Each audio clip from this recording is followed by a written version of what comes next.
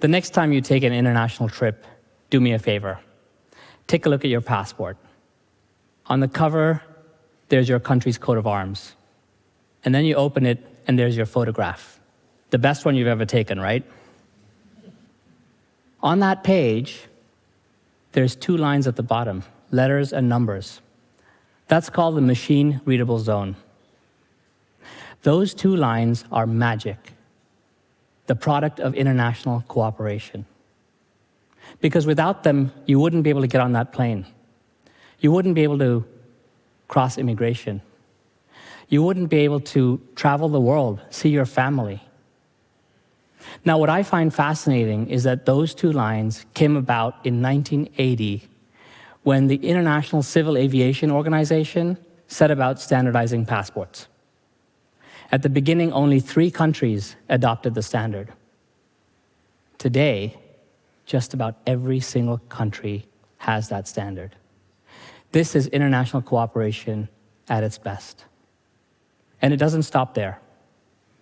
Some people will watch this talk on the internet, or at least I hope they will. Well, did you know that 160 years ago, 20 countries came together to lay the foundations of our global telecommunications networks? They founded something called the International Telegraph Union, or the ITU. It's still active today, although it's moved on from the telegraph. Even in times of conflict, global cooperation continues. In the midst of the war in the Ukraine, representatives from the United States, China, Europe, Asia, Africa, Latin America, and Russia were sitting in the same room at the ITU, continuing to negotiate things like internet protocols or global digital governance. Did you know that time zones exist because of a multilateral agreement? Or that green means go because of a multilateral agreement? Our lives are made better when countries collaborate. It is the infrastructure of the modern world, and we can't live without it. But today, we're facing a crisis of trust. Trust in the international system. I see this every day because I work with international organizations and their leaders, trying to make them more effective. And I'll be the first to admit that talking about multilateralism and effectiveness in the same sentence sounds a bit complicated.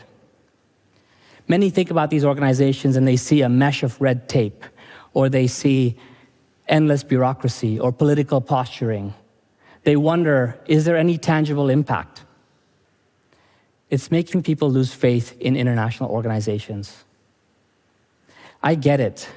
In our constantly changing world, is it any surprise that the institutions crafted around the geopolitical realities of the end of the Second World War 80 years ago, that those organizations are struggling to keep up?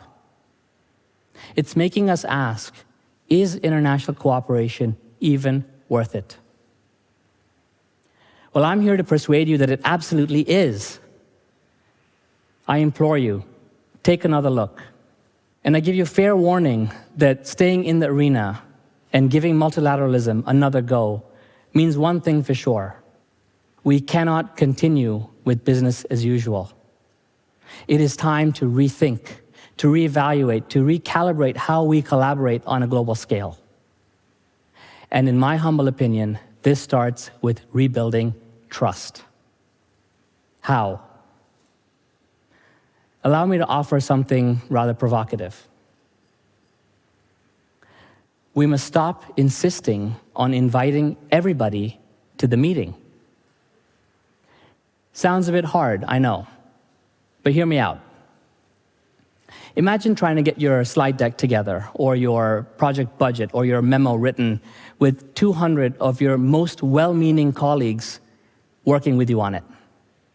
Sounds pretty difficult, right?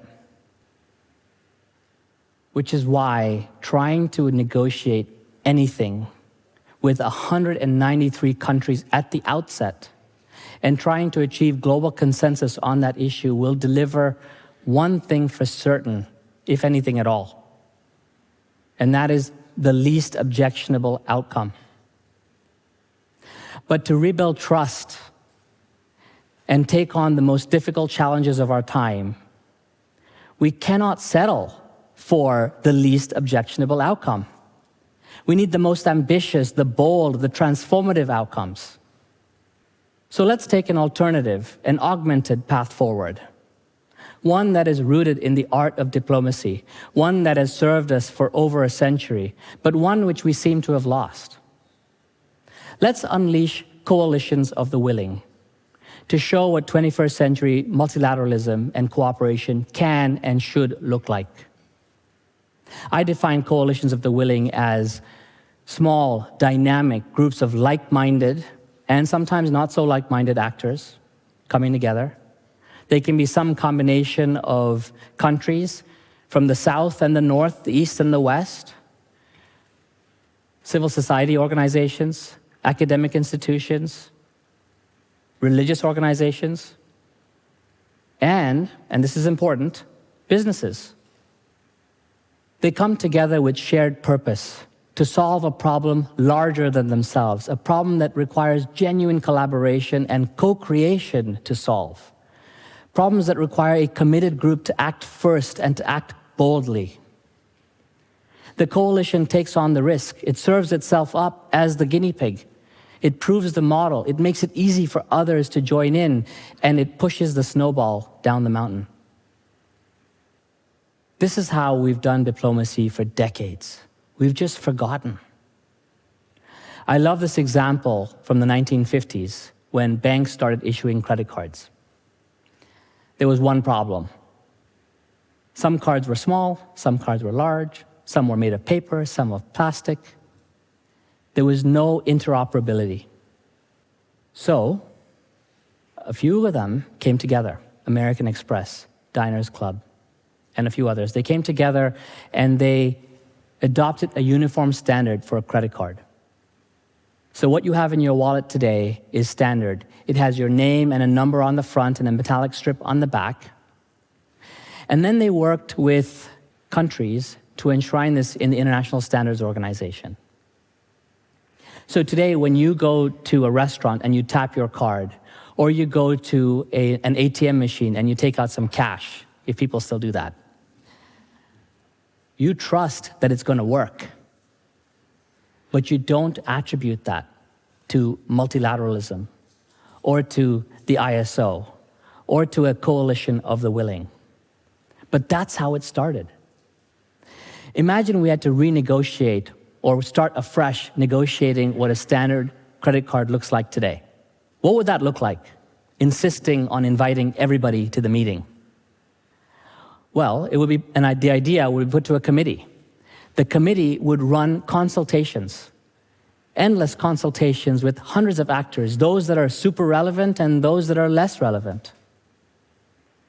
Then it would craft a convention or a resolution or a compact and put that forward for 193 countries to negotiate. There would be co-facilitators appointed to run this process. Their objective would be to reach global consensus among 193 countries. And the result?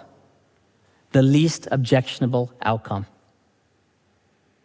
Which is why today we need to start with coalitions of the willing to make things work ambitiously for the future. I would be so energized to see the United Nations or other multilateral organizations invite coalitions of the willing to take on some of our most difficult challenges: AI governance, migration, food security.